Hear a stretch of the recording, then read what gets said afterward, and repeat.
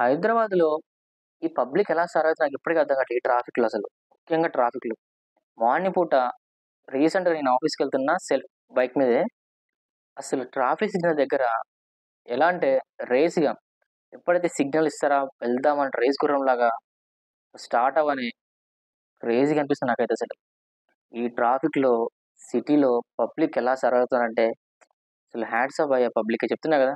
Morning పూట డ్యూటీకెళ్ళి, evening పూట అదే బండి మీద ఫార్మల్ డ్రెస్ ఏసుకొని, బ్యాగేసుకొని, హెల్మెట్ పెట్టుకొని, ఆ సఫోకేటింగ్‌లో ఆయన పొల్యూషన్‌లో, ఆ స్మోక్‌లో సర్వైవ్ అవుతున్నట్టు హైదరాబాద్‌లో చాలా గ్రేట్ అసలు. మెన్ ఆర్ గ్రేట్ అని ఎందుకు ఇప్పుడు అర్థమైంది. మనం అంత వర్క్ చేసి అంత కష్టపడి అసలు సర్వైవ్ అవుతున్నామంటే, మళ్ళీ స్ట్రెస్‌ఫుల్ లైఫ్‌లో, ఈ హడావుడి లైఫ్‌లో, ఈ ఉరుకులు పరుగుల జీవితంలో ఎందుకు చాలామంది 9-5 పీఎం జాబ్ ఎందుకు హేట్ చేస్తారు? ఎందుకు త్వరగా క్విట్ చేసి వాళ్ళ లైఫ్‌లో ఒక బిజినెస్ స్టార్ట్ చేయాలి, లేకపోతే త్వరగా సెటిల్ అవ్వాలి. లైఫ్‌లో ఒక లైక్ ఏంటిది ఒక మార్పు, ఒక గ్రోత్, ఒక డెవలప్‌మెంట్, ఒక ప్రోగ్రెస్, లైఫ్ ఒక టర్నింగ్ పాయింట్, ఒక మిరాకిల్ కోసం ఎందుకు ఎదురు చూస్తారో నాకిప్పుడు అర్థమైంది. ఆ తపన, ఆ ఫ్రస్ట్రేషన్, ఆ కోపం, ఆ యాంక్సైటీ, ఆ ఎక్సైట్‌మెంట్ ఏందో ఆ ఉత్సాహం అది కావాలి, కావాలి అని ఒక డిటర్మినేషన్ ఎందుకుంటుందనేది నాకిప్పుడు అర్థమవుతుంది. సో, మామూలుగా మనం వర్క్ ఫ్రమ్ చేసినప్పుడు ఇంట్లో కూర్చుంటాం మార్నింగ్ ఇంట్లో ఉంటాం, లేస్తాం, అక్కడే వర్క్ చేస్తాం, తినేస్తాం, పనుకుంటాం కాబట్టి అంత డిఫరెన్స్ అనిపించలే. బట్ రీసెంట్‌గా రెడీ అయ్యి బైక్ మీద వెహికల్ మీద మనం ట్రావెల్ చేసి ఒక డిస్టెన్స్ వెళ్తుంటే, పక్కన వాళ్ళొచ్చే స్పీడ్‌కి అసలు ఎటువైపు నుంచి ఏ వెహికల్ వస్తదా? ఎప్పుడు యాక్సిడెంట్ అయిద్దా? ఏమైద్దో అర్థం కావట్లే అసలు.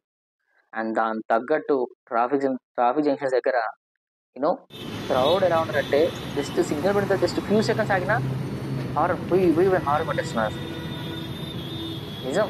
హైదరాబాద్‌లో ఈ రేంజ్‌లో ట్రాఫిక్ ఉండి, ఈ రేంజ్‌లో పబ్లిక్ ఈ విధంగా సఫర్ అవుతున్నారంటే, ఇక మేజర్ మెట్రో ఇంకా పెద్ద మేజర్ సిటీ బెంగుళూరు గాని, ముంబై, ఢిల్లీ ఇంకా అక్కడ ట్రాఫిక్ ఏ విధంగా ఉంది, అక్కడ పొల్యూషన్ గాని, అక్కడ పబ్లిక్ ఏ విధంగా సఫర్ అవుతున్నారు, వాళ్ళు ఏ విధంగా రోజు ఆఫీస్‌కి ఎలా ట్రావెల్ చేస్తున్నారో నాకు ఇప్పటికి అర్థం కావట్లేదు. అసలు నాకు ఈ 1 వీకే ఐ ఫెల్ట్ సో క్రేజ్ అసలు. అసలు ఘోరమైన పరిస్థితి. ఆ పొల్యూషన్‌కి మనం ట్రావెల్ చేయాలంటే రోజు అప్ అండ్ డౌన్ మన హెల్త్ ఎంత రేంజ్‌లో డ్యామేజ్ అయితది. మళ్ళీ దానికి తగ్గట్టు ఆ బంపర్‌లు, స్పీడ్ బ్రేకర్‌లు, బ్యాక్ బోన్‌లో డిస్క్‌లన్నీ డిస్‌లొకేట్ అయ్యేటున్నాయి. సో, గైస్ నేను చెప్పేది ఒకటే.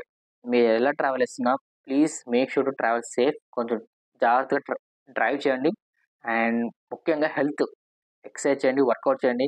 ఎందుకంటే ఒక 8 అవర్స్, 9 అవర్స్ ఆ చైర్‌లో కూర్చొని బెల్లీ ఫ్యాట్ గాని, బాడీ వెయిట్ గెయిన్ అవ్వటం, health issues, sleep patterns, stress వల్ల హెయిర్ ఫాల్ అండ్ చాలా చాలా ఇష్యూస్ వస్తాయి. కాబట్టి ఫుడ్ కొంచెం జాగ్రత్తగా మెయింటైన్ చేయండి.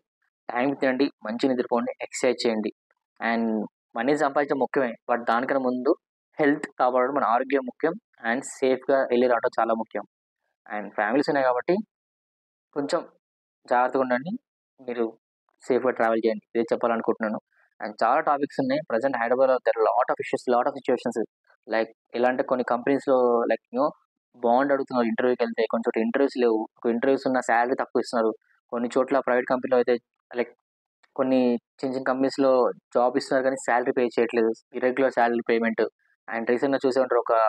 ఒక కార్ కంపెనీ వాళ్ళు వాళ్ళ ఎంప్లాయీస్‌ని ట్రాష్ చేసారు, కొట్టారని అండ్ అబ్యూజ్ చేశారని, సెక్షువల్ హారాస్మెంట్ చాలా ఉన్నాయి. కొన్ని ఇష్యూస్ ఉన్నాయి.